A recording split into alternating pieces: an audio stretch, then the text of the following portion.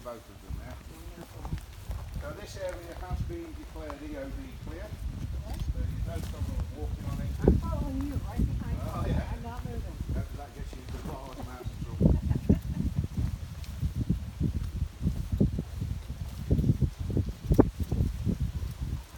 So how long have you actually been in this place? We started in January. Oh, this is good. This year. It's a very new project. And somehow, I don't know how it's happened, but we've ended up with the best team I've ever worked with. And I've worked with a lot.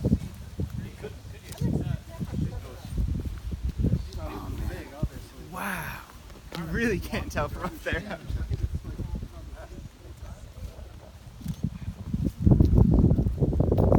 Come to here, you'll notice you're standing on a small hump. This is the slump back from the vacuum under the blow. So the charge room was somewhere in this area. This is a shell hole, ignore that. So somewhere, well, not at the time, but now. So somewhere in this area is the charge room, or the remains of it. So this is the centre of this crater. And it works because if you look at roughly the bottom there, and roughly where the bottom of the transept is, it's kind of even. All this down here is the blow through. So all that has come out of the wall, so to speak. We have very, very big shell holes here. This is big artillery. They were looking for something specific.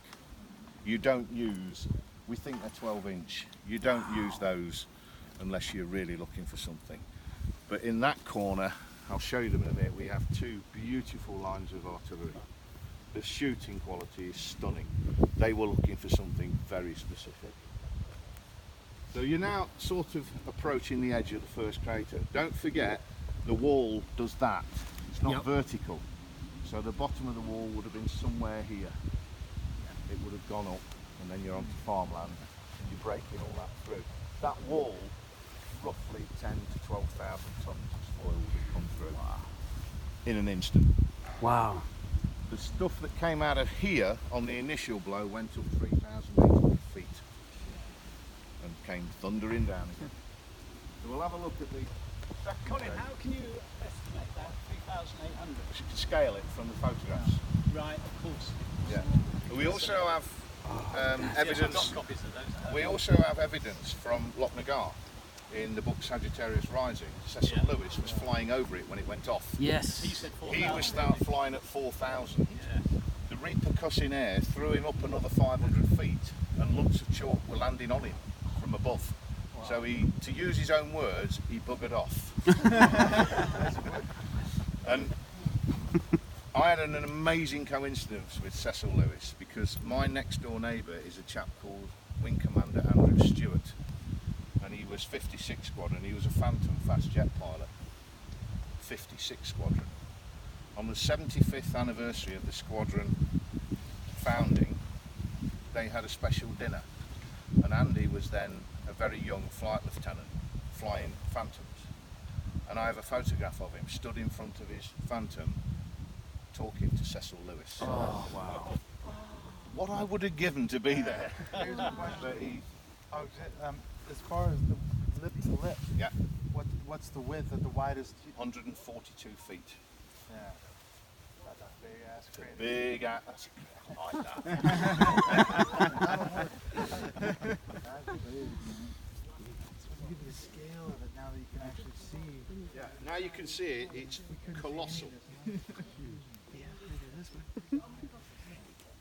Joe, You don't get smile. a sense of how deep it is from out here. Or like it looks deep and then down. 42 feet. Yeah, That is a big ass crater. it sure is, man. They are the land boundary markers Right, from the 5 landowners. right. I've seen 2 of them. That's Funnily enough, when we came to lease this, we had to pay a legal fee and get all the land boundaries redefined. And we got a huge legal bill and surveyor's bill. Oh, So you'll see orange markers around the top. We calculate each one of those has cost us 800 euros.